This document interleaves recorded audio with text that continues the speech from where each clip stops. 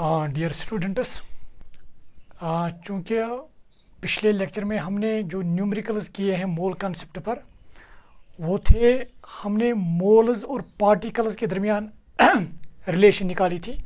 हमने देखा कि हम किस तरह से मोल्स को पार्टिकल्स में तब्दील कर सकते हैं, या पार्टिकल्स अगर दिए होंगे तो हम कैसे मोल्स निकाल सकते हैं। तो जो पहले सेट में हमने न्यूमेरिकल्स किए हैं वो इस बेसिस पे थे कि मोल और पार्टिकल के दरमियान क्या रिलेशन है, क्योंकि हमें पता है कि 1 mole is equal to 6.02 into 10⁻23 particles. और हमने देखा कि अगर हमें मोल्स दिए होंगे तो हम उनको कैसे पार्टिकल्स में तब्दील कर सकते हैं, हम कैसे वहाँ पार्टिकल्स निकाल सकते हैं। और इसी तरह से अगर पार्टिकल्स दिए होंगे तो हम कैसे मोल्स निकाल सकते हैं। अगर थोड़ा आपको याद होगा, हमने सिंपली अगर मोल्स को हमें पार्टिकल्स में तब्दील करना है, अगर मोल्स दिए होंगे और हमें पार्टिकल्स निकालने हैं, सिंपली हमें क्या करना है, हमें इसको मल्टीप्लाई करना है by Avogadro's number, that is Na। मैं इसको Na से रिप्रेजेंट कर रहा हूँ, Avogadro's number that is 6.02 into 10⁻23। और इसी तरह से हमने ये भी देखा कि अगर पार्टिकल्स दिए हुए हैं और हमें मोल्स चाहिए तो हमें क्या करना है, हम ईज़िली पार्टिकल्स को हम मोल्स में तब्दील कर सकते हैं। Simply what we have to do, हमें डिवाइड करना होगा बाय एवोगैड्रोज नंबर। और ये एवोगैड्रोज नंबर हमें पता है कि Avogadro's number is equal to 6.02 into 10⁻23। तो इस तरह से हम मोल्स अगर दिए होंगे हम पार्टिकल्स निकाल सकते हैं, और अगर पार्टिकल्स दिए होंगे तो हम मोल्स निकाल सकते हैं। तो इस बेसिस पे हमने न्यूमेरिकल्स किए हैं।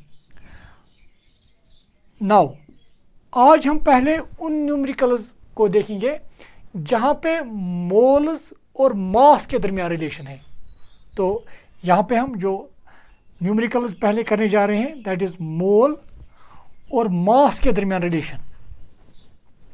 अब एक मोल कितने मास के बराबर होता है, ये आप देखेंगे, it is equal to gram atomic मास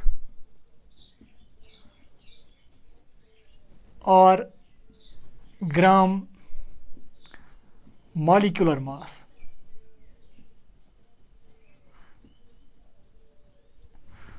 जिस तरह से हमें पता है कि 1 mole is equal to 6.02 into 10⁻23 particles, अगर मैं यहाँ पे 1 लिखूँ यहाँ पे, इसी तरह से 1 मोल is also equal to gram atomic mass if the substance is atomic, or gram molecular mass if the substance is molecular. Now let us see. तो पहले हम ग्राम एटॉमिक मास को ही देखेंगे, कैसे इसको हम मोल से रिलेट करेंगे by using an example. For example, अगर हमारे पास वो सबस्टेंस होगी जो एटम्स की बनी है, मतलब जहाँ पे कॉन्स्टिट्यूएंट पार्टिकल्स एटम्स होंगे, जैसे कि अगर सोडियम है, सिंपल, अगर हमारे पास सोडियम है, सोडियम, और जो सोडियम है, सोडियम मेटल, इसका कॉन्स्टिट्यूएंट पार्टिकल्स क्या होता है, एटम, सोडियम एटम, सिंपल। और अगर मुझे इस सोडियम का 1 मोल लेना है तो 1 मोल मीन्स हमें सोडियम के कितने एटम्स लेने हैं, फिर 1 मोल मीन्स 6.02 इंटू 10⁻23 सोडियम एटम्स मुझे लेने हैं। तो अगर मैं सोडियम के 6.02 इंटू 10⁻23 एटम्स ले लूँ तो मैं कहूँगा मेरे पास सोडियम एटम्स का 1 मोल है। Is clear? तो अगर मैं इस सोडियम एटम्स का 1 मोल ले लूँ तो इसका मतलब मुझे कितने सोडियम एटम्स लेने होंगे, 6.02 इंटू 10⁻23 सोडियम एटम्स।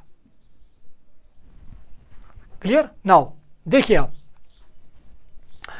तो अब जो सोडियम के जो हमें पार्टिकल्स लेने हैं 1 मोल के बराबर लेने हैं, तो सिंपल सा तरीका क्या है, हम कैसे सोडियम के इतने पार्टिकल्स ले सकते हैं। सिंपली हमें क्या करना है, हमें इस सोडियम एटम का मास देखना है।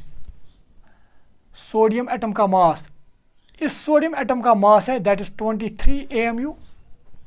हमें पता है पहले से ही, डेफिनेटली आपको पता होगा, ये सोडियम एटम का मास है दैट इज 23 AMU। अगर हम सिंपली इस AMU के बदले ग्राम्स ले लेंगे, मतलब अगर हम सोडियम के ही सिंपली 23 ग्राम्स ले लेंगे, अगर सोडियम के हम क्या लेंगे 23 ग्राम, तो इसका मतलब हमने सोडियम का यहाँ पे इसको बोलते हैं 1 मोल, तो हमने सोडियम का 1 मोल लिया। सिंपल। अगर हमें एटम दिया होगा और उस एटम का मास भी दिया है, जैसे कि यहाँ पे सोडियम है, सोडियम का मास कितना है 23 AMU। अगर हम AMU के बदले ग्राम ले लेंगे that is 23 gram, 23 gram sodium का हुआ 1 मोल। 1 मोल मीन्स अगर हम 23 ग्राम ले लेंगे, इसमें सोडियम एटम्स कितने होंगे 6.02 × 10⁻23। तो इसका मतलब ये जो 23 ग्राम है ये सोडियम का है, in fact it is called gram atomic मास। जब भी हमें किसी एटम का मास दिया होगा इट इज़ 23 AMU, अगर हम इस मास को ग्राम्स में ले लेंगे, मतलब AMU के बदले हम ग्राम इस्तेमाल करेंगे that is 23 gram, and 23 gram is called gram atomic mass. और जो ग्राम एटॉमिक मास होता है, this gram atomic mass is equal to 1 mole. Gram atomic mass 1 mole के बराबर होता है। तो जैसे कि यहाँ पे मैंने आपको कहा कि अगर हमारे पास सोडियम है और हमें सोडियम एटम्स लेने हैं, कितने, सिंपली हमें सोडियम एटम्स इसके बराबर लेने हैं 6.02 × 10⁻23 सोडियम एटम्स, मतलब हमें 1 मोल सोडियम एटम्स लेने हैं। तो हमें क्या करना है, सिंपली हमें इस सोडियम एटम का मास देखना है और इस मास को हमें ग्राम्स में लेना है दैट इज 23 ग्राम, और 23 ग्राम इस सोडियम का क्या होता है ग्राम एटॉमिक मास, और ग्राम एटॉमिक मास किसके बराबर होता है 1 मोल। तो यहाँ पे 1 mole is equal to gram atomic mass. अगर कॉन्स्टिट्यूएंट पार्टिकल्स एटम्स होंगे, मतलब अगर पार्टिकल हम एटम्स को ले रहे हैं, तो सिंपली उस एटम का मास हमें ग्राम्स में लेना है, तो हमें उन एटम्स का 1 मोल मिल जाएगा यहाँ पे। तो मैं कुछ और एग्जांपल्स यहाँ पे पहले देना चाहूँगा, तब हम इस पे न्यूमेरिकल्स करेंगे। नाउ सी,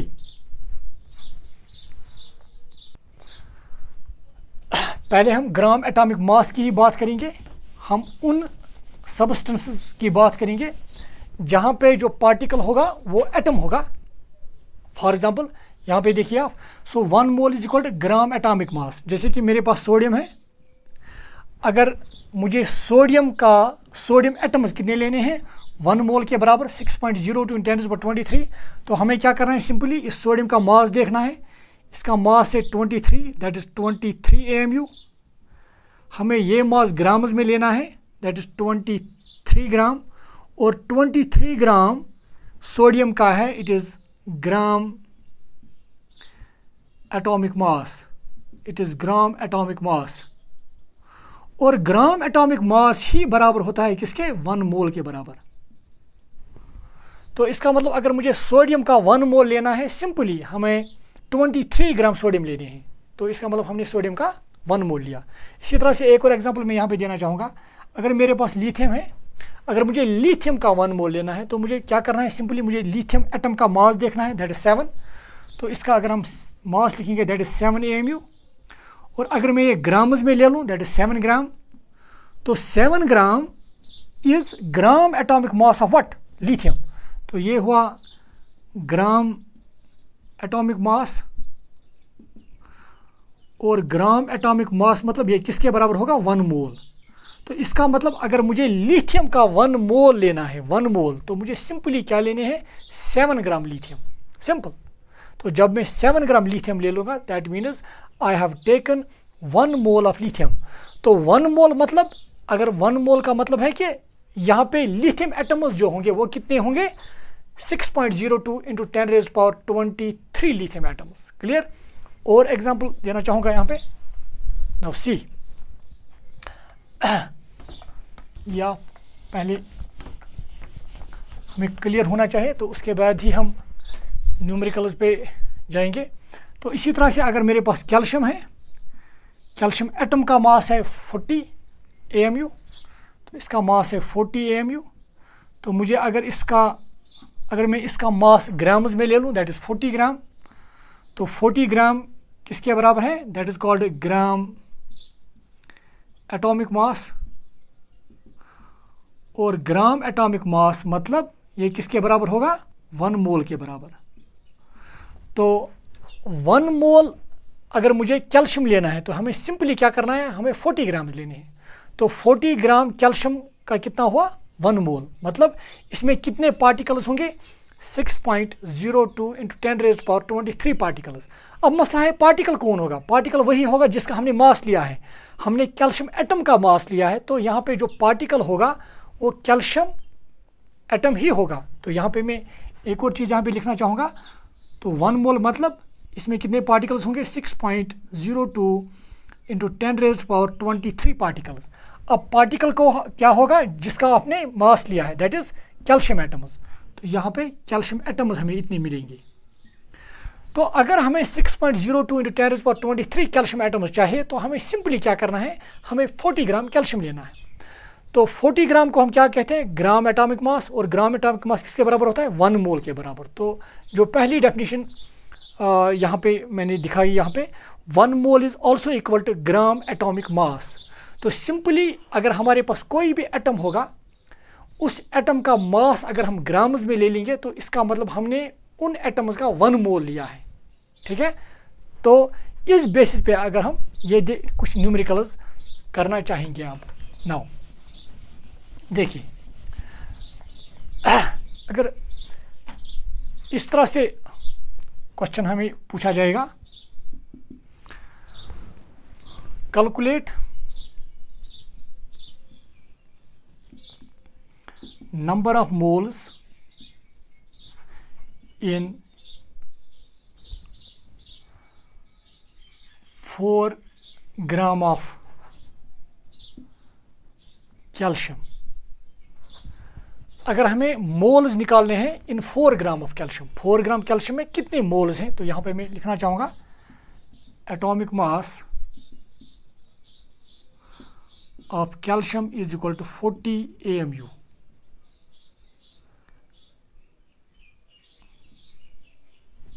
ठीक है।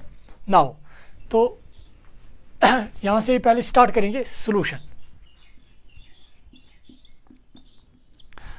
तो हमें मोल्स निकालने हैं, हमें मास दिया हुआ है, तो इसका मतलब हमें पहले मोल्स और मास के दरमियान रिलेशन पता होनी चाहिए। हमें पहले ही मैंने अभी यहाँ पे कहा कि अगर कैल्शियम का एटॉमिक मास है 40, तो हमें पता है कि अगर हम इसके 40 ग्राम्स ले लेंगे, अगर हम 40 ग्राम्स ले लेंगे, तो 40 ग्राम इस कैल्शियम का हुआ 1 मोल। तो ये हमें पता है as per the definition 1 mole is equal to gram atomic mass. अगर हम इसका ग्राम एटॉमिक मास ले लेंगे, that is 40 gram, 40 gram calcium का हुआ 1 मोल। तो अब मुझे 4 ग्राम कितने मोल्स होंगे वो हम निकाल सकते हैं। नाउ अब यहाँ पे हमें एक और चीज़ हमें निकालने क्या है, number of moles.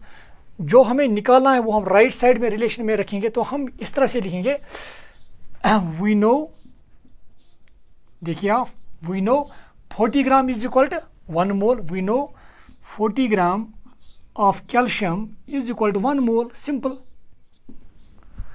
40 gram of calcium is equal to 1 mole. तो 1 ग्राम कितने मोल्स होंगे, और 1 gram of calcium is equal to 1/40 mole. Simple, ठीक है। तो 40 ग्राम कैल्शियम कितने के बराबर होते हैं, 1 मोल के बराबर। तो अगर हम 1 ग्राम यहाँ पे निकालेंगे, that would B 1 divide by this 40 mole. Therefore हमें क्या निकालना है, हमें निकालना है 4 ग्राम्स कितने मोल्स के बराबर होते हैं। Therefore 4 gram of calcium is equal to 1/40 into 4 simple moles. Clear. मैं यहाँ पे फिर कहना चाहूँगा 40 gram of calcium is equal to 1 mole. ये मोल की ही डेफिनेशन है एज पर मोल डेफिनेशन। ये रिलेशन जो हमने बनाई है क्योंकि हमें पता है कि gram atomic mass is equal to 1 mole. So 40 gram of calcium is equal to 1 mole, 1 gram is equal to 1/40 mole. तो अब 1 ग्राम का हमें पता है कि उसमें कितने मोल्स होते हैं। अब जितने ग्राम्स अब हमें दिए होंगे वो हम इसको मल्टीप्लाई करेंगे। 4 ग्राम में कितने मोल्स होंगे, 1/40 into 4, that means 4 1s are 4 10s, that means it would become 1/10, that means 0.1 mole. ये इसका आंसर आएगा। Simple, is clear? तो आप इसको प्लीज नोट कीजिए। आप एक और न्यूमेरिकल करने जाएंगे आप। नाउ सी,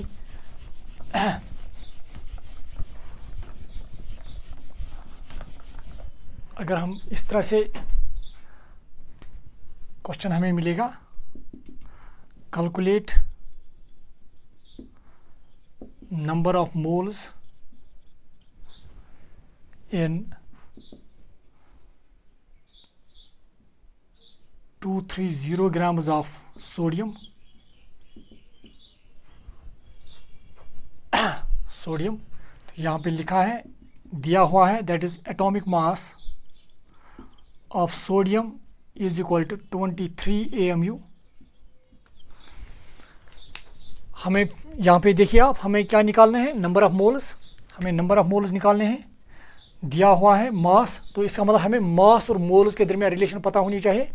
तो सॉल्यूशन यहाँ पे लिखेंगे, वी नो हमें पता है कि अगर हम सोडियम का 1 मोल ले लेंगे, देखिए यहाँ पे सोडियम का अगर हम 1 मोल ले लेंगे, 1 मोल सोडियम का किसके बराबर होगा, 23 ग्राम्स। मतलब हमें इसका एटॉमिक मास ग्राम्स में लेना है। तो हमें पता है कि 23 gram is equal to 1 mole of sodium. ठीक है, तो चूंकि हमें मोल्स निकालने हैं तो हम मोल्स को हम राइट साइड में लिखेंगे। तो इसका मतलब इस तरह से मैं लिखूंगा, we know 23 grams of sodium is equal to 1 mole. और अगर मैं पहले 1 ग्राम का निकालूं, 1 ग्राम ऑफ सोडियम कितने मोल्स के बराबर होगा, 1/23 mole. 23 gram of sodium is equal to 1 mole. हमें पहले 1 का निकालना पड़ेगा। सो 1 ग्राम ऑफ सोडियम कितने मोल्स के बराबर होंगे, 1/23। अब जितने ग्राम्स दिए होंगे वो इससे मल्टीप्लाई करेंगे। तो यहाँ पे कितने 30 ग्राम्स ऑफ सोडियम कितने मोल्स होंगे, therefore 230 grams of sodium is equal to 1/23 into 230 mole. Simple. Now 2 3 1s 10s। ठीक है, तो इसका मतलब ये हमें मिलेंगे 10 मोल्स। तो इसका मतलब 230 ग्राम्स ऑफ सोडियम कितने मोल्स के बराबर होंगे, 10 मोल्स के बराबर। तो ये आप प्लीज़ कॉपी कीजिए। तो इसी रिलेशन के बेसिस पे हम अगर मोल्स दिए होंगे हम मास निकाल सकते हैं। जैसे कि चलो इसी सोडियम को ही ले लेंगे। क्वेश्चन यहाँ पे मैं लिख रहा हूँ, calculate mass of sodium, calculate mass of sodium whose moles are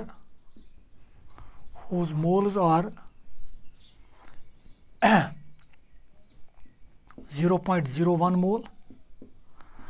तो अगर हमें सोडियम का 0.01 मोल है, हमें इसका मास निकालना होगा। तो इसका मतलब हमारे पास कितना सोडियम होगा इन टर्म्स ऑफ मास। तो यहाँ पे सबसे पहले हमें एटॉमिक मास पता होना चाहिए। जनरली ये दिया होता है, atomic mass of sodium is equal to 23 AMU। और जो कॉन्सेप्ट है वो यही है, मोल और ग्राम एटॉमिक मास की रिलेशन को ही हम यहाँ पे इस्तेमाल करके हम ये न्यूमेरिकल कर सकते हैं बड़े आराम से। नाउ सबसे पहले हमें क्या करना है, हमें यहाँ पे मास निकालना है और मोल्स दिए हुए हैं। तो इसका मतलब है फिर हमें मास और मोल के दरमियान रिलेशन पता होनी चाहिए सोडियम में। और हमें पता है कि सोडियम में 23 gram is equal to 1 mole, 23 gram is equal to 1 mole. तो चूंकि हमें यहाँ पे मास निकालना है तो हम मास को ही राइट साइड में रखेंगे, जैसे कि इस तरह से सॉल्यूशन वी नो, देखिए 1 mole of sodium is equal, अगर मैं 1 मोल ऑफ सोडियम ले लूँ, सोडियम का 1 मोल ले लूँ, तो उसका मास कितना होगा 23 ग्राम, सिंपल 23 ग्राम, ठीक है ना। तो 1 मोल ऑफ सोडियम हैज मास 23 ग्राम। तो इसका मतलब अगर हमें 0.01, चूँकि हमें 1 का पहले ही पता है, तो अब जितने मोल्स दिए होंगे उस वैल्यू को हम इससे मल्टीप्लाई करेंगे तो हमें आंसर मिल जाएगा। Therefore 0.01 mole of sodium is equal to 23 into 0.01 gram. Clear? तो ये किसके बराबर होगा आप? That means we will have 0.23 gram, ये हमें यहाँ पे आंसर मिलेगा। तो इसका मतलब अगर हमारे पास 0.01 मोल ऑफ सोडियम है तो उसका मास कितना होगा 0.23 ग्राम। तो इस तरह से हमने मोल, अगर हमें मोल्स दिए होंगे तो हम मास निकाल सकते हैं, तो इसी तरह से अगर मास दिया होगा तो हम मोल्स निकाल सकते हैं। तो ये हमने उन सबस्टेंसेस की यहाँ पे बात की है जिनके पार्टिकल्स एटम्स होंगे, जहाँ पे हम पार्टिकल को एटम लेकर चलते हैं, जहाँ पे हमारा पार्टिकल जो है वो एटम है। ऐसे सबस्टेंसेस को जहाँ पे कॉन्स्टिट्यूएंट पार्टिकल्स एटम होते हैं उनको हम एटॉमिक सबस्टेंस कहते हैं। जैसे कि सोडियम है, ये एटम्स का बना होता है तो इट इज़ एटॉमिक सबस्टेंस। इसी तरह से लिथियम है, ये लिथियम एटम्स का बना है तो इट इज़ एटॉमिक सबस्टेंस। अगर कार्बन है तो कार्बन एटम्स का बना है, so it is atomic substance. तो यहाँ पे इन सबस्टेंसेस में जो पार्टिकल होते हैं वो एटम्स होते हैं। तो जब पार्टिकल्स एटम्स होंगे तो सिंपली वहाँ पे हमें क्या करना है, अगर हमें उन सबस्टेंस का 1 मोल लेना है तो हमें उन एटम्स का मास ग्राम्स में लेना है, that is gram atomic mass, and gram atomic mass is equal to 1 mole. Now अब एक और चीज़, अगर मॉलिक्यूलर सबस्टेंस होगा, देखिए आप, अगर कोई सबस्टेंस मॉलिक्यूलर होगा मतलब जिसके कॉन्स्टिट्यूएंट पार्टिकल्स मॉलिक्यूल्स होंगे, तो वहाँ पे 1 मोल को हम कैसे डिफाइन करते हैं? तो यहाँ पे मैं लिखना चाहूँगा, it is for atomic substance. Atomic substance मतलब यहाँ पे जो पार्टिकल्स होंगे, जो यहाँ पे पार्टिकल्स होंगे वो कौन होंगे? पार्टिकल्स जो होंगे यहाँ पे, पार्टिकल्स एटम्स होते हैं यहाँ पे, ठीक है। नाउ अगर हम मॉलिक्यूलर सबस्टेंस के लिए मोल को डिफाइन करें, 1 मोल किसके बराबर होता है? ग्राम मॉलिक्यूलर मास, ग्राम मॉलिक्यूलर मास। तो ये किन सबस्टेंसेस के लिए हम इस्तेमाल करते हैं? That is called molecular substances, ठीक है। तो यहाँ पे मॉलिक्यूलर सबस्टेंसेस में जो पार्टिकल्स होते हैं वो क्या होते हैं? मॉलिक्यूल्स। पार्टिकल होता है मॉलिक्यूल, ये आप याद रखिएगा, यहाँ पे बहुत ही इंपॉर्टेंट पॉइंट है यहाँ पे। नाउ देखिए, थोड़ा मैं इसको एक्सप्लेन करना चाहूँगा। फॉर एग्जांपल, अगर हमारे पास ऑक्सीजन है,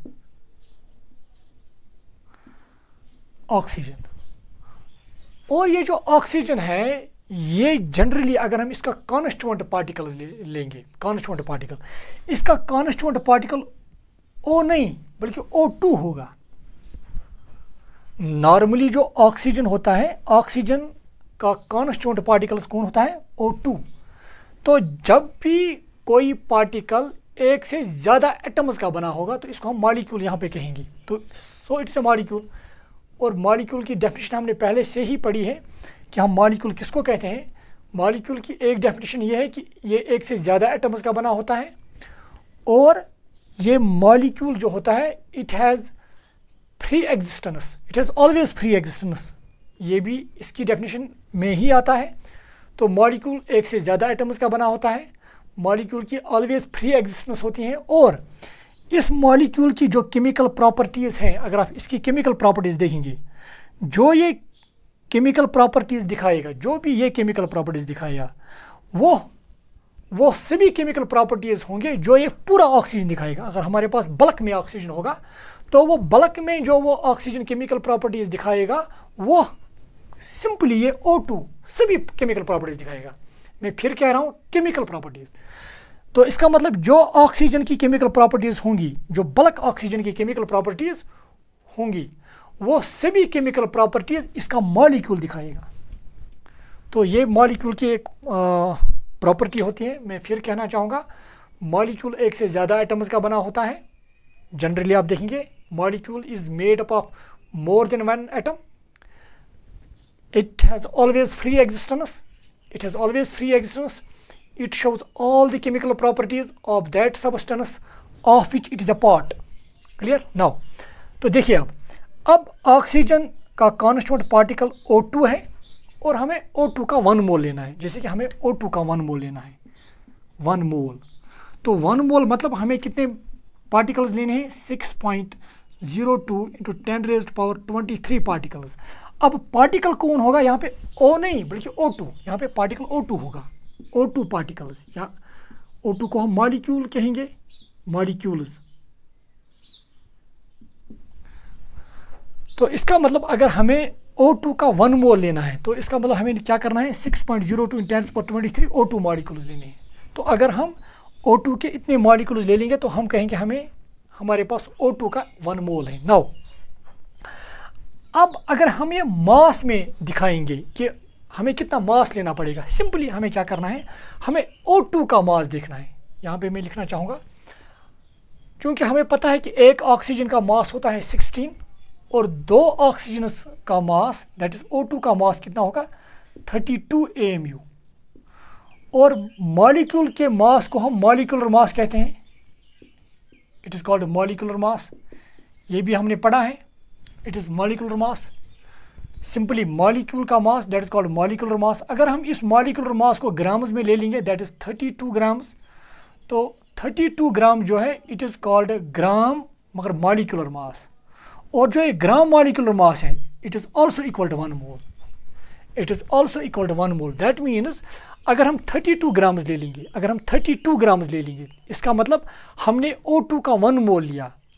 1 मोल मीन्स 32 ग्राम्स में हमें कितने पार्टिकल्स होंगे? 6.02 इंटू 10⁻23 पार्टिकल्स। अब पार्टिकल कौन होगा? जिसका हमने मास लिया है। क्योंकि हमने मास तो O का मत लिया है बल्कि O2 का, तो यहाँ पे पार्टिकल O2 ही होंगे। क्लियर? तो इस तरह से हमें यहाँ पे एक चीज़ क्लियर है कि अगर हमारे पास मॉलिक्यूलर सबस्टेंस है, मतलब वो सबस्टेंस जिसके कॉन्स्टिट्यूएंट पार्टिकल्स मॉलिक्यूल्स हैं, तो वहाँ पे हमें ग्राम मॉलिक्यूलर मास जो है वो 1 मोल के बराबर होता है। तो यहाँ पे मैंने लिखा है 1 mole is equal to gram molecular mass for molecular substances. Molecular substance मतलब वो सबस्टेंसेस जिनके कॉन्स्टिट्यूएंट पार्टिकल्स मॉलिक्यूल्स होंगे। ठीक है? नाउ इस पे अब हम एक और कुछ और एग्जांपल्स देना चाहेंगे। इसी तरह से नाउ सी और भी कुछ मॉलिक्यूलर सबस्टेंसेस।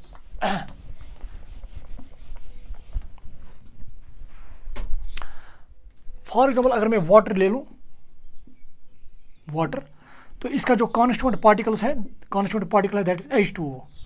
तो H2O वाटर क्या है? मॉलिक्यूल। तो इसका मतलब अगर ये मॉलिक्यूल है तो इसका कॉन्स्टिट्यूएंट पार्टिकल मॉलिक्यूल है, तो ये मॉलिक्यूलर सबस्टेंस है। तो अगर हम इनके 1 मोल ले लेंगे, 1 मोल, अगर मुझे वाटर के 1 मोल लेने हैं दैट इज 6.02 इंटू 10⁻23 पार्टिकल्स। और पार्टिकल कौन होंगे? H2O molecules. तो हमें सिंपली क्या करना है? हमें वाटर का मास देखना है। ऑक्सीजन के ऑलरेडी 16 है और 2 हाइड्रोजन के दैट इज 18। इसका जो मास है इस वाटर का दैट इज 18 AMU। और मुझे 18 AMU अब ग्राम्स में लेने हैं दैट इज 18 ग्राम। और 18 ग्राम तो यहाँ पे मैं लिखना चाहूँगा 18 AMU जो है ये वाटर का है मॉलिक्यूलर मास। तो अगर मैं इस मॉलिक्यूलर मास को ग्राम्स में एक्सप्रेस करूँ दैट इज 18 ग्राम, तो 18 ग्राम वाटर का हुआ ग्राम मॉलिक्यूलर मास। और ग्राम मॉलिक्यूलर मास किसके बराबर है? 1 मोल के बराबर। तो इसका मतलब अगर हमें वाटर का 1 मोल लेना है, 1 मोल मीनस 6.02 इंटू 10⁻23 वाटर मॉलिक्यूल्स, तो सिंपली हमें क्या करना है? हमें लेना है 18 ग्राम्स। तो 18 gram water is equal to 1 mole. and 18 gram is also gram molecular mass of water. 18 gram is also equal to gram molecular mass of water. और ग्राम मॉलिक्यूलर मास किसके बराबर होता है? 1 मोल के बराबर। क्लियर? तो इस बेसिस पे अब हम कुछ न्यूमेरिकल्स करना चाहेंगे। नाउ सी, अगर हम मॉलिक्यूलर सब्सटेंस को हम यहाँ पे आप कंसिडर करके अभी कुछ न्यूमेरिकल्स करना चाहेंगे।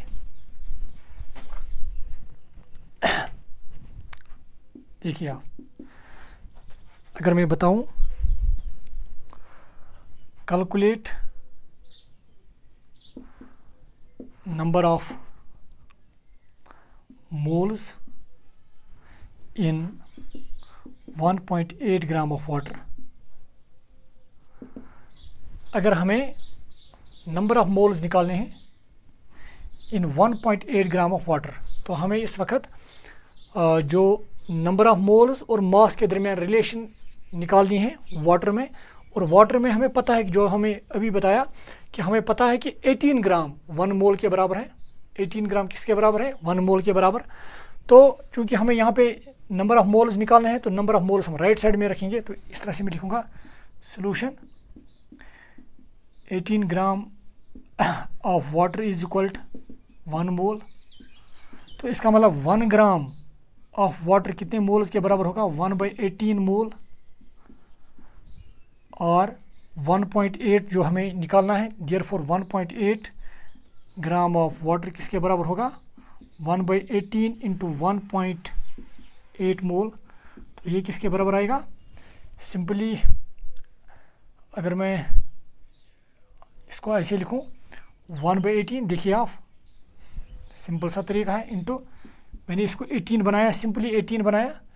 तो मगर ये 1.8 है, तो इसका मतलब मुझे इसको मल्टीप्लाई करना पड़ेगा 10⁻⁻1 से। तो 18 इंटू 10⁻⁻1 मतलब 1.8 मोल्स। तो मैंने अब ये क्यों बनाया है? क्योंकि मैंने 18 और 18 चूँकि न्यूमरेटर और डिनोमिनेटर में एक जैसे किए, तो ये कैंसिल हो जाएंगे। तो यहाँ पे जो आंसर हमें निकलेगा दैट वुड बी 10⁻⁻1 मोल और 0.1 मोल। ये हमें आंसर मिलेगा यहाँ पे। तो इसका मतलब अगर हमें 1.8 ग्राम ऑफ वाटर दिया हुआ है, वो कितने मोल्स हैं? 0.1 मोल। ये आप प्लीज़ नोट कीजिए।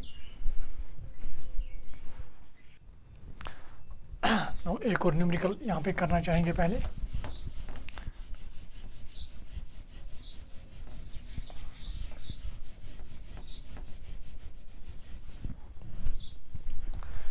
अगर हम इस तरह से एक और न्यूमेरिकल यहाँ पे लिखेंगे, calculate number of moles in 9.8 grams of H2SO4 sulphuric acid. Sulphuric acid है, so it is a molecular substance, क्योंकि यहाँ पे जो पार्टिकल होगा वो होगा H2SO4। यहाँ पे पार्टिकल सिर्फ एक एटम का नहीं बना होगा, बल्कि H2SO4 ये एक पार्टिकल होगा यहाँ पे। नाउ मॉलिक्यूलर मास इसका दिया होगा, molecular mass that is 98 AMU। So simply हमें क्या निकालना है? Number of moles. तो इसका मतलब अगर हमें मॉलिक्यूलर मास दिया हुआ है 98 AMU, तो इसका मतलब 98 gram of H2SO4। 98 gram H2SO4 क्या है? ग्राम मॉलिक्यूलर मास। और ग्राम मॉलिक्यूलर मास कितनी के बराबर होता है? 1 मोल के बराबर। So 98 gram of H2SO4 is equal to 1 mole. और पहले हम 1 ग्राम का निकालेंगे। 1 gram of H2SO4 is equal to 1, ये 1 divide by 98 mole. Therefore 9.8 gram हमें निकालने हैं। कितने मोल्स के बराबर होंगे? 9.8 gram of H2SO4 is equal to 1/98 into 9.8 mole. तो ये फिर होगा किसके बराबर? It would be 10⁻⁻1 mole. तो ये 10⁻⁻1 मोल के बराबर होंगे अगर हमें 9.8 ग्राम ऑफ H2SO4 दिया हुआ है। नाउ सी, अब देखिए यहाँ पे हमने ये सीखा है इन न्यूमेरिकल्स के ज़रिए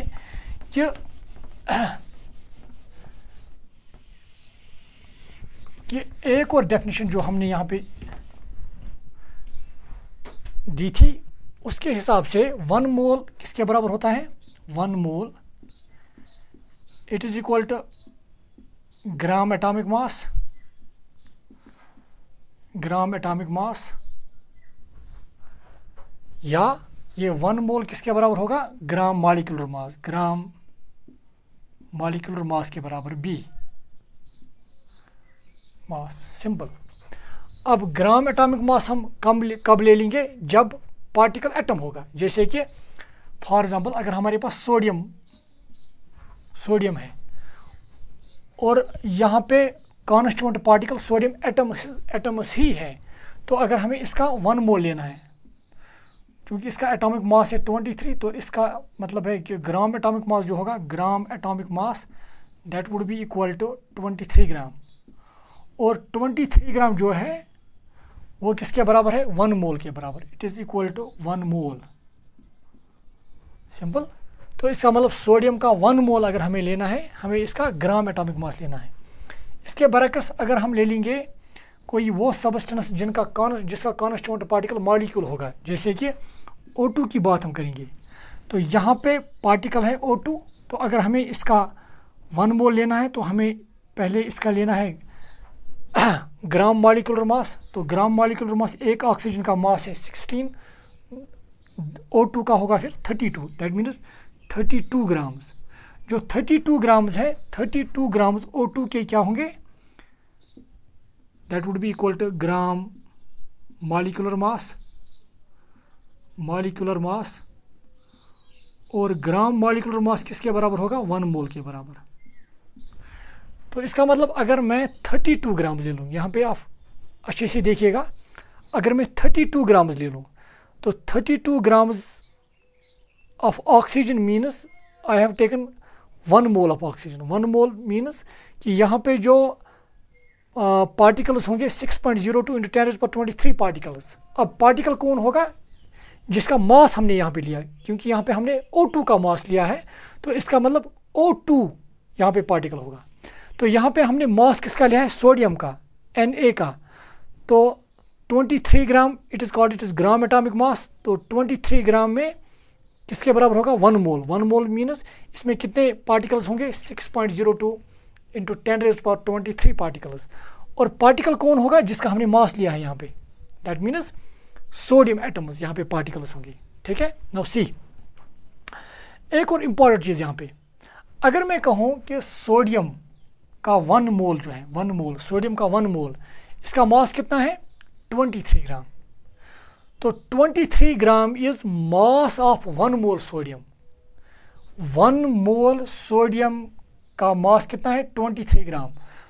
जब हम 1 मोल सबस्टेंस का मास बताते हैं, that is also called molar mass. ये हमने पहले भी पढ़ा है, तो यहाँ पे मैं फिर कहना चाहूँगा, क्योंकि 1 मोल का मास जो है that is 23 gram, it is also called, ये आप याद रखिएगा, it is also called molar mass. Molar mass. तो अगर मैं सिंपली यहाँ पे कहता what is molar mass of sodium, तो हम सिंपली कह सकते हैं 23 ग्राम। 23 ग्राम। अब molar mass what is molar mass? It is mass of 1 mole, mass of 1 mole substance. 1 mole substance का मास जो होता है that is called molar mass. मगर इसके यूनिट्स, इसको हम एक्सप्रेस करते हैं इन ग्राम्स में, और जो यूनिट इसका होगा मोलर मास का, that would be in this case 23 gram per मोल। ठीक है। तो यहाँ पे एक चीज़ क्लियर है, जो मोलर मास है और gram atomic mass both are same, ये आप याद रखिएगा। यहाँ पे देखिए आप, अगर मैं कहूँ ग्राम मॉलिक्यूलर मास यहाँ पे, सो ग्राम मॉलिक्यूलर मास जो है it is equal to 1 mole. तो क्या मैं कह सकता हूँ यहाँ पे O2 का, अगर हम ऑक्सीजन का 1 मोल ले लेंगे, 1 मोल ऑक्सीजन का मास कितना है? 32 ग्राम। तो क्या मैं फिर 32 ग्राम को भी कह सकता हूँ मोलर मास? बेशक, it is also molar mass, but the only difference is it is molar mass of molecular substance and it is molar mass of atomic substance। atomic substance मतलब यहाँ पे particles atoms हैं और यहाँ पे particles molecules हैं। तो यहाँ पे मैं, आप ये नोट कीजिएगा आप, molar mass। so what is molar mass? molar mass is mass of 1 mole substance. Molar mass is mass of 1 mole substance. Its units are ये भी आप ज़रूर याद रखिएगा, ग्राम per mole. Is clear? And its units are gram per mole. Now देखिए आप, कुछ और चीज़ें यहाँ पे मैं कहना चाहूँगा. मैं इनको पहले इसको रब करने जा रहा हूँ. Now see, तो अगर मैं यहाँ पे लिथियम लिख रहा हूँ, मतलब मुझे यहाँ पे जो कॉन्स्टिट्यूएंट पार्टिकल्स हैं वो लिथियम ही है, तो लिथियम का मास है 7. तो अगर मैं इसका ग्राम एटॉमिक मास लिखूँ, ग्राम एटॉमिक मास, तो वो किसके बराबर आएगा? That would be 7 gram. Clear? तो 7 gram is equal to gram atomic mass, और ग्राम एटॉमिक मास किसके बराबर होता है? That is equal to 1 mole. तो वो किसके बराबर होता है? 1 मोल के बराबर. तो अगर मैं कहूँ what is gram atomic mass of sodium lithium, that is 7 ग्राम. अगर मैं कहूँ 1 मोल लिथियम का कितना मास होगा, दैट इज 7 ग्राम. हम इसको ऐसे भी कह सकते हैं, it is also called molar mass. Molar mass. तो हम अगर ये कहेंगे कि लिथियम का मोलर मास क्या है, दैट इज 7 ग्राम पर मोल. चूँकि मैंने अभी कहा कि इसके यूनिट्स हैं ग्राम पर मोल, तो अगर जब हम मोलर मास कहेंगे that would be 7 gram per मोल. तो यहाँ पे कम से कम एक चीज़ आप यहाँ पे जान गए हैं आप, मोलर मास और gram atomic mass both have same numerical values. Clear? Now इसी तरह से अगर मैं अब मैंने ये एटम यहाँ पे लिया है, अगर मैं फॉर एग्जांपल लेट C6H12O6 इसका 1 मोल ले लूँ. 1 मोल मतलब मुझे कितने पार्टिकल्स लेने हैं? 6.02 × 10⁻23 पार्टिकल्स. और पार्टिकल कौन होगा? ये C6H12O6. क्लियर? तो अगर मुझे इसका 1 मोल लेना है, तो 1 मोल मतलब मुझे इसका मास देखना है. इसका मास कितना है? इसका मास है 16 × 6 96 + 12 + 72, that becomes 2 to 4 10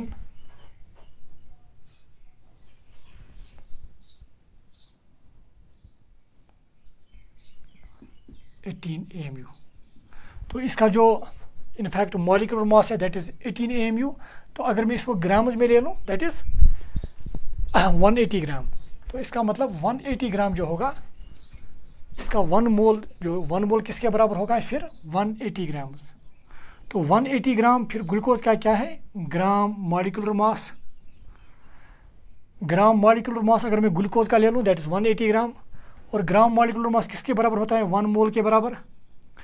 और 1 मोल को हम एक और नाम से भी जानते हैं कि अगर मैं ये कहूँ कि 1 मोल ग्लूकोज का मास क्या है, that is also called molar mass. तो अगर मैं मोलर मास बताऊँ ग्लूकोज का, that is 180 gram per mole. Gram molecular mass that is 180 gram. तो 1 मोल भी इसके बराबर है. क्लियर? तो ये आप इस तरह से हम कैसे मास को मोल्स के साथ रिलेट करते हैं. तो एक और चीज़ यहाँ पे जो हमें जानना है, कभी हमें वहाँ से ही जहाँ पे कन्फ्यूजन होने का अंदेशा होता है, जैसे कि अगर मैं कहूँ 1 mole of oxygen. Now see, थोड़ा ये पॉइंट ऑफ देखिए, अगर मैं कहूँ 1 मोल ऑफ ऑक्सीजन, ये 1 मोल ऑफ ऑक्सीजन क्या मुझे 1 मोल O लेने हैं या 1 मोल O2? पहले तो ये पॉइंट क्लियर होना चाहिए. तो अगर यहाँ पे लिखा है 1 मोल ऑक्सीजन, तो इसका मतलब है, क्योंकि इसने अब ये नहीं लिखा है कि इज इट O और O2, तो यहाँ पे हमें क्या करना है कि हमें देखना है कि ऑक्सीजन नॉर्मली किस स्टेट में एग्जिस्ट करता है. तो यहाँ पे जो ऑक्सीजन अगर आप देखेंगे, ऑक्सीजन इस स्टेट में एग्जिस्ट करता है O2 फॉर्म में, तो इसका मतलब हमें 1 मोल ऑफ O2 लेना है। क्लियर? तो अगर मैं ले लूँ यहाँ पे 1 मोल ऑफ, अब हमें O2 लेना, तो ये अब हमें क्लियर हुआ कि हमें O लेना है O2। अगर नहीं लिखा है तो हमें फिर देखना है वो सब्सटेंस किस फॉर्म में नॉर्मली एग्जिस्ट करता है, स्टेबल किस फॉर्म में है, तो वही लेनी है। तो इसका मतलब अगर यहाँ पे 1 मोल ऑक्सीजन है तो इसका मतलब है ये हमें 1 मोल O2 लेना है। तो 1 मोल O2 हम कैसे ले लेंगे, क्योंकि यहाँ पे पार्टिकल जो है वो O2 है, O2 चूँकि O2 में ही ये एग्जिस्ट करता है, तो हमें O2 का मास देखना है। It is mass is 32 AMU, तो वो हम ग्राम्स में ले लेंगे, दैट इज़ 32 ग्राम्स। तो 32 ग्राम फिर हुआ ग्राम मॉलिक्यूलर मास, दैट इज़ 1 मोल, क्योंकि हमें पता है कि ये 1 मोल के बराबर है। तो इसका मतलब अगर हम 32 ग्राम्स ले लेंगे, 32 ग्राम्स, तो 32 ग्राम्स मीनस 1 मोल ऑफ O2। मैं फिर कहना चाहूँगा 32 grams is equal to 1 mole of O2, not O but O2। इसका मतलब अगर हम 32 ग्राम्स ले लेंगे तो इसमें कितने पार्टिकल्स होंगे, 6.02 इंटू 10⁻23 पार्टिकल्स। अब पार्टिकल कौन होगा, जिसका हमने मास लिया है, हमने मास लिया है O2 का, तो यहाँ पे O2 मॉलिक्यूल्स, क्योंकि O2 को हम मॉलिक्यूल्स कहते हैं, तो इस तरह से। नाउ अगर वहाँ से ही इस तरह से दिया होगा, तो ये मुझे उम्मीद है कि आपको समझ आया होगा। नाउ सी एक और चीज़, अगर वहाँ पे इस तरह से दिया होगा 1 मोल ऑफ O, तो इसका मतलब हमें 1 मोल O ही लेने हैं। तो सिंपली हमें क्या करना है, अगर हमें 1 मोल O चाहिए तो हमें O का मास देखना है। तो O का मास कितना है, इट इज़ 16 AMU, तो हमें ये ग्राम्स में लेना है, दैट इज़ 16 ग्राम्स। तो 16 ग्राम O का क्या हुआ, ग्राम एटॉमिक मास। तो ग्राम एटॉमिक मास किसके बराबर होता है, it is equal to gram atomic mass, और ग्राम एटॉमिक मास किसके बराबर होता है, 1 मोल के बराबर। तो यहाँ पे 1 मोल में कितने अब पार्टिकल्स होंगे, 6.02 इंटू 10⁻23 पार्टिकल्स। अब पार्टिकल कौन होगा यहाँ पे, पार्टिकल वही होगा जिसका हमने मास लिया है, क्योंकि हमने यहाँ पे O2 का मास नहीं लिया बल्कि O का, तो यहाँ पे पार्टिकल्स होंगे O एटम्स। क्लियर? तो इस तरह से मुझे उम्मीद है कि आपको क्लियर हुआ होगा। O2 में हमने 1 मोल 32 ग्राम्स के बराबर लिया था, तो पर O में हमने 1 मोल 16 ग्राम्स के बराबर ही लिया है। मगर यहाँ पे फ़र्क क्या होगी, वहाँ पे जो 32 ग्राम्स हमने लिए थे वहाँ पे पार्टिकल था O2 का, O2 एक पार्टिकल था वहाँ पे, यहाँ पे पार्टिकल सिर्फ O एटम्स का बना है, तो ये डिफरेंस है। तो मुझे उम्मीद है कि अब आपको अच्छे से समझ आया होगा। तो यहाँ पे लास्ट पे मैं अगर सिंपली अब इस तरह से दिया होगा कि हमें इनके 1 मोल चाहिए, जैसे कि H का 1 मोल, H2 का 1 मोल, इसी तरह से सोडियम का 1 मोल, लिथियम का 1 मोल। ठीक है, तो सिंपली हमें क्या करना है, अगर हम इसका मास देखेंगे, लिथियम का मास है हाइड्रोजन का मास है 1, तो अगर हमें इसका 1 मोल चाहिए तो हम सिंपली क्या ले लेंगे, इसका मास हम ग्राम्स में ले लेंगे, दैट इज़ 1 ग्राम। तो 1 ग्राम इसका 1 मोल है, और 1 ग्राम 1 मोल मीनस इसमें कितने पार्टिकल्स होंगे, 6.02 इंटू 10⁻23 पार्टिकल्स, और पार्टिकल कौन होगा यहाँ पे, H। अब देखिए अगर हम इसका 1 मोल ले लेंगे, 1 मोल, तो हमें यहाँ पे H2 दिया हुआ है, तो अगर हम इसका 1 मोल ले लेंगे तो हमें H2 का मास देखना है, दैट इज़ 2 AMU, और उसको ग्राम्स में ले लेंगे 2 ग्राम।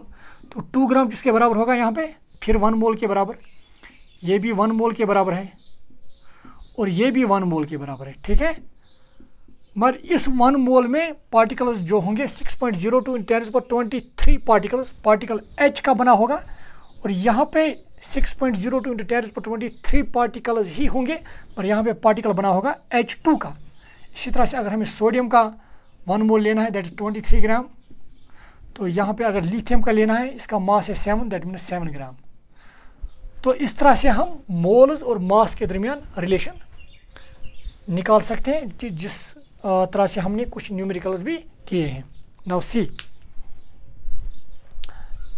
एक और चीज़ यहाँ पे मैं ऐड करना चाहूँगा।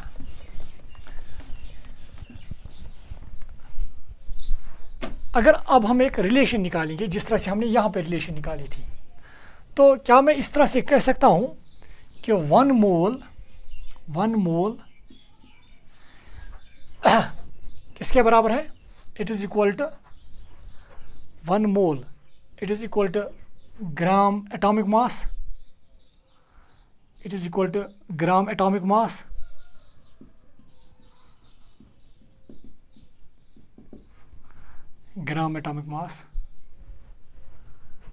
क्लियर।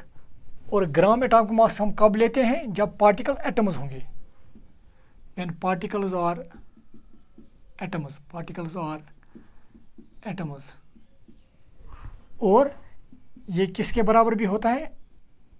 और ग्राम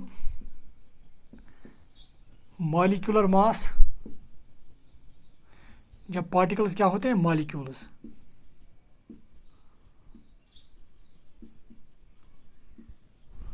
सिंपल, क्लियर। तो इस तरह से हमने, जब हमें ग्राम एटॉमिक मास पता होगा तो हम मोल्स निकाल सकते हैं, और अगर हमें मोल्स दिए होंगे हम उसका मास निकाल सकते हैं by using this gram atomic mass concept. Now see, अब लास्ट पे अगर हम रिलेशन लिखना चाहेंगे, आप अगर हम देखिए, अगर हमें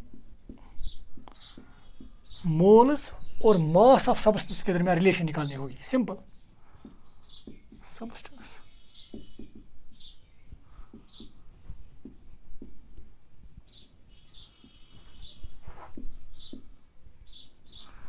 नाउ सी, अगर हमें मोल्स को मास में, अगर मोल्स दिए होंगे तो हमें क्या निकालना है? Mass of substance.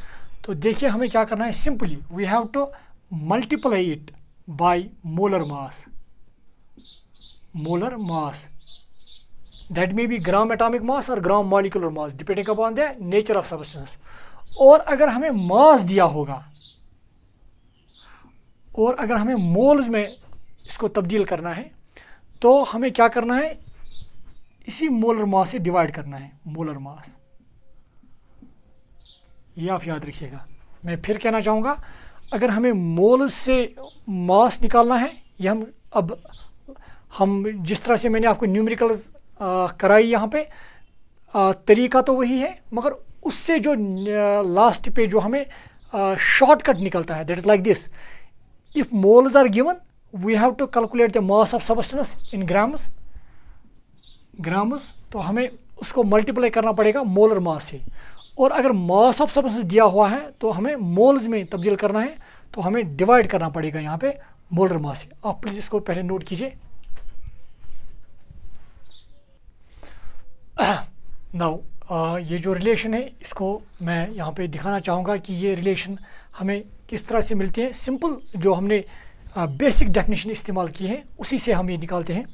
Now see, अगर मैं मोलर मास को यहाँ पे रिप्रेजेंट करूँ, late it is represent by m, तो यहाँ पर भी m। तो सबसे पहली चीज़ यहाँ पे हमें पता है कि मोलर मास किसके बराबर है?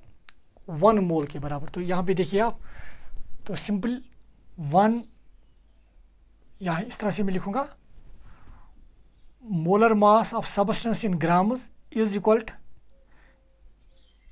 Molar mass of substance is equal to 1 मोल।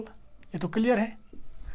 अगर हमें किसी भी सब्सटेंस का मोलर मास दिया होगा ग्राम्स में, तो वो किसके बराबर है? 1 मोल के बराबर, जो मैंने अभी कहा आपको। तो m gram of substance is equal to 1 mole. यहाँ पे m आप याद रखिएगा, इट इज़ मोलर मास। और अगर मैं लिखूँ 1 ग्राम ऑफ सब्सटेंस किसके बराबर होगा? 1/m मोल। देयरफॉर W ग्राम्स अगर दिए होंगे, W ग्राम कितने मोल्स के बराबर होंगे? That would B 1/m into W moles means W/m moles. तो हम मोल्स निकाल सकते हैं। तो नंबर ऑफ मोल्स अगर आप देखेंगे, नंबर ऑफ मोल्स अब किसके बराबर आ गया? W मतलब mass of substance in grams divide by molar mass, that would be equal to number of moles. तो यहाँ से हम ये रिलेशन निकाल सकते हैं। तो नंबर ऑफ मोल्स किसके बराबर है? Mass of substance in grams divide by molar मास। देखिए, क्योंकि ये हमें दे क्या रहा है, एक्चुअली ये हमें मोलर नंबर ऑफ मोल्स दे रहा है। तो नंबर ऑफ मोल्स देखिए आप किसके बराबर है, W/m। What is W? Mass of substance in grams divide by molar mass. तो mass of substance in grams divide by molar mass, it gives number of moles. Now see, देखिए आप, अगर आप नंबर ऑफ मोल्स को molar mass से देखिए multiply करेंगे, you will get mass of substance in grams. देखिए, अगर आप mass of substance in grams चाहते हैं, simply what you have to do, आपको नंबर ऑफ मोल्स को मोलर मास से मल्टीप्लाई करना है, you will get mass substance in grams. So that is, अगर हमें मोल्स दिए हुए हैं, हमें इसे मोलर मास से मल्टीप्लाई करना है, we will get the mass substance in grams. Now अब एक और चीज़, अगर आप mass of substance in grams को डिवाइड करेंगे मोलर मास से, अगर हम मास ऑफ सब्सटेंस को डिवाइड करेंगे हम मोलर मास से, what we will get this number of mole. तो ये आप रिलेशन आप याद रखिएगा। नाउ इस रिलेशन और इस रिलेशन को मिला के हम एक न्यूमेरिकल और करना चाहेंगे। आप प्लीज इसको पहले नोट कीजिए। नाउ मैं इसको रब करने जा रहा हूं। आप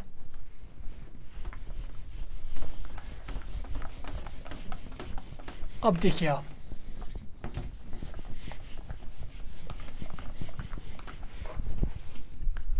अगर मैं यहाँ पे, चलो सिल्वर की बात मैं कर रहा हूँ, सिल्वर दैट इज Ag।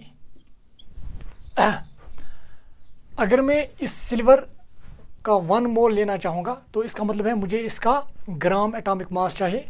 इसका एटॉमिक मास है 108 AMU। तो इसका मतलब अगर मुझे इसका ग्राम एटॉमिक मास पता है, ग्राम एटॉमिक मास, तो वो किसके बराबर है, 1 मोल के बराबर। क्लियर?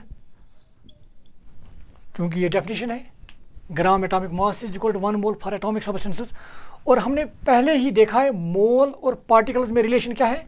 1 मोल में कितने, 1 मोल और पार्टिकल्स में क्या रिलेशन है, 1 मोल कंटेन 6.02 इंटू 10⁻23 पार्टिकल्स। ठीक है, पहले हमने ग्राम एटॉमिक मास अगर हमें पता होगा, that means we have 1 mole, और अगर हमें 1 मोल पता है तो इसका मतलब हमारे पास इतने पार्टिकल्स हैं। क्लियर? नाउ अगर मैं सिल्वर की ही बात करूं तो इसका मतलब, अगर मैं सिल्वर को ही ले लूं यहाँ पे, अगर मेरे पास सिल्वर का ग्राम एटॉमिक मास है दैट इज 108 ग्राम, तो अगर 108 ग्राम है तो इसका मतलब है मेरे पास है 1 मोल सिल्वर। तो 1 मोल मतलब इसमें कितने पार्टिकल्स होंगे, 6.02 इंटू 10⁻23 पार्टिकल्स। अब पार्टिकल कौन होगा, जिसका मैंने मास लिया है, मास किसका लिया, Ag एटम्स का। तो Ag एटम्स यहाँ पे होंगे पार्टिकल्स। क्लियर?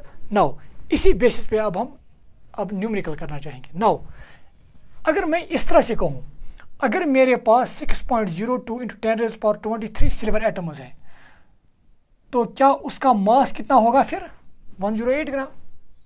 क्योंकि 108 gram is equal to 1 mole, and 1 mole contains how many silver atoms, 6.02 into 10⁻23 silver atoms. तो अगर मैं इस तरह से कहूँ कि अगर मेरे पास 6.02 इंटू 10⁻23 सिल्वर एटम्स हैं, तो उसका मास कितना होगा, 108 ग्राम। इस कंसेप्ट को यूज़ करके हम एक सिल्वर एटम का मास बता सकते हैं। तो यहाँ पे मैं इसी बेसिस पे एक न्यूमेरिकल करना चाहूँगा। तो देखिए क्वेश्चन में यहाँ पे लिख रहा हूँ, calculate mass of 1 silver atom. ठीक है, atomic mass of silver is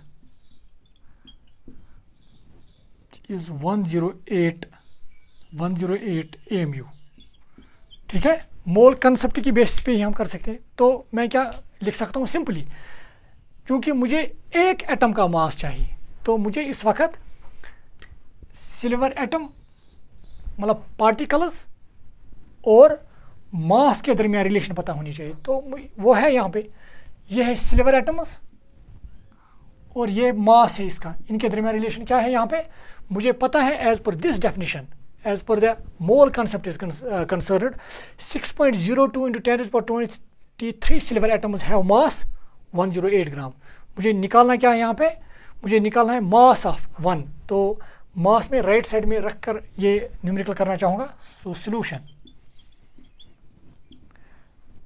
we know, अब ये मैं क्यों लिख रहा हूँ we know as per the mole concept, 6.02 into 10 raised power 23 silver atoms have mass किसके बराबर होगा 108 ग्राम। सिंपल, इतने सिल्वर एटम्स का मास किसके बराबर होगा 108 ग्राम। देयरफॉर इतने सिल्वर एटम्स का मास है इतना, तो एक सिल्वर एटम का मास कितना होगा 108 divide by this grams. Therefore 1 silver atom has mass that would be 108 divided by 6.02 into 10 raised power 23 grams। Clear? तो अगर हम इसको सॉल्व करना चाहेंगे that comes out to be, मैं यहाँ पे देखना चाहूँगा ये 108 डिवाइड बाई 6.02, इसको सॉल्व करके हमें जो रिजल्ट यहाँ पे मिलता है that is 1.79 into 10 rays power -22 grams. तो ये एक सिल्वर एटम का मास है। नाउ यहाँ पे मैं और एक चीज़ यहाँ पे कहना चाहूँगा, इतने सिल्वर एटम्स का मास कितना है 108, पहले हम 1 का निकालेंगे that is 108 divide by this. तो अगर हमने ए का निकाला, अगर हमें 2 का निकालना होता, 2 सिल्वर एटम्स का मास कितना होगा, तो इसको फिर 2 से मल्टीप्लाई करना पड़ता। 3 सिल्वर एटम्स का मास फिर 3 से मल्टीप्लाई करना।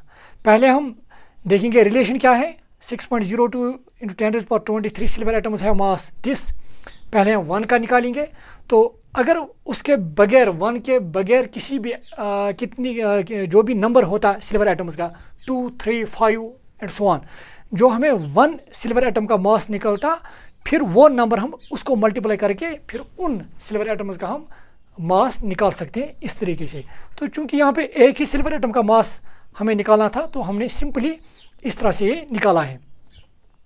तो इस तरह से हम किसी भी न्यूमेरिकल को ऐसे कर सकते हैं। जैसे कि अगर यहाँ पे होगा calculate mass of 1 sodium atom, तो atomic mass of sodium is that 23 mu। तो इसी रिलेशन को आप इस्तेमाल करेंगे 6.02 into 10 rays power 23 sodium atoms have मास, तो वहाँ पे 23 ग्राम्स होंगे। तो फिर इसी तरीके से हम न्यूमेरिकल्स कर सकते हैं। नाउ यहाँ पे एक और चीज़ मैं कहना चाहूँगा, अगर हम देखेंगे कि एक सिल्वर एटम का मास, यहाँ पे देखिए ये कितना मास है।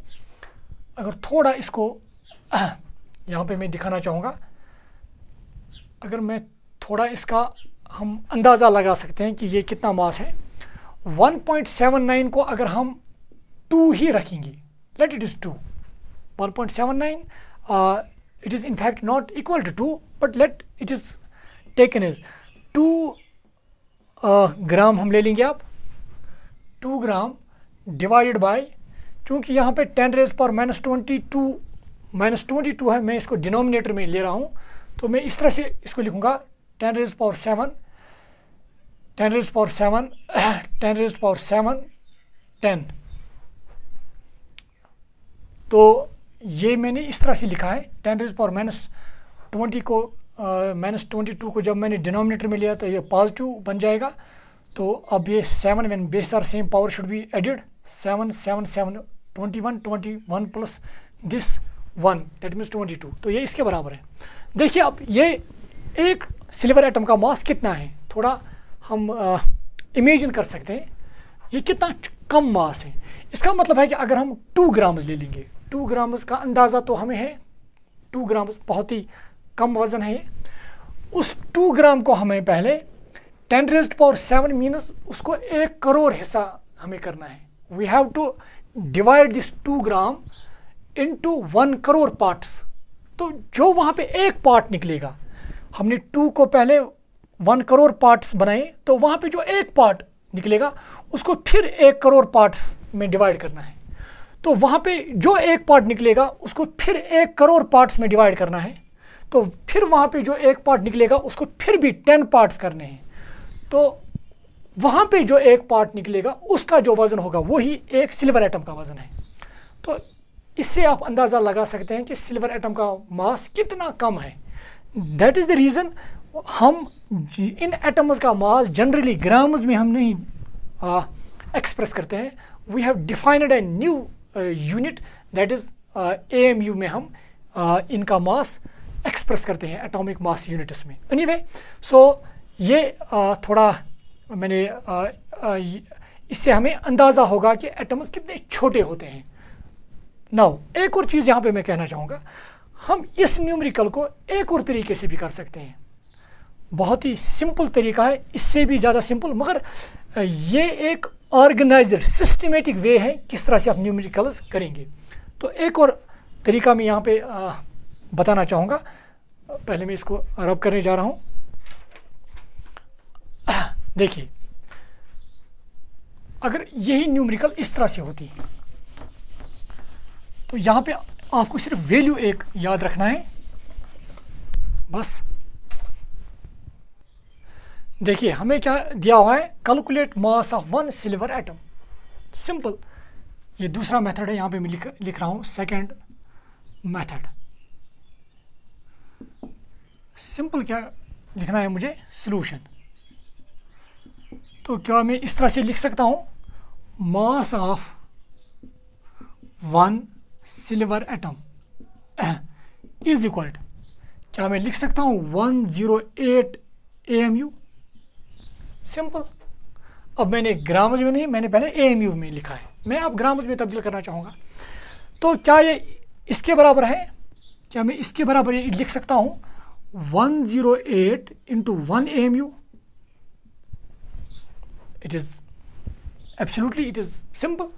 और हम ये जानते हैं कि 1 को इसके साथ मल्टीप्लाई करने पर फिर हमें यही वैल्यू मिल जाएगा।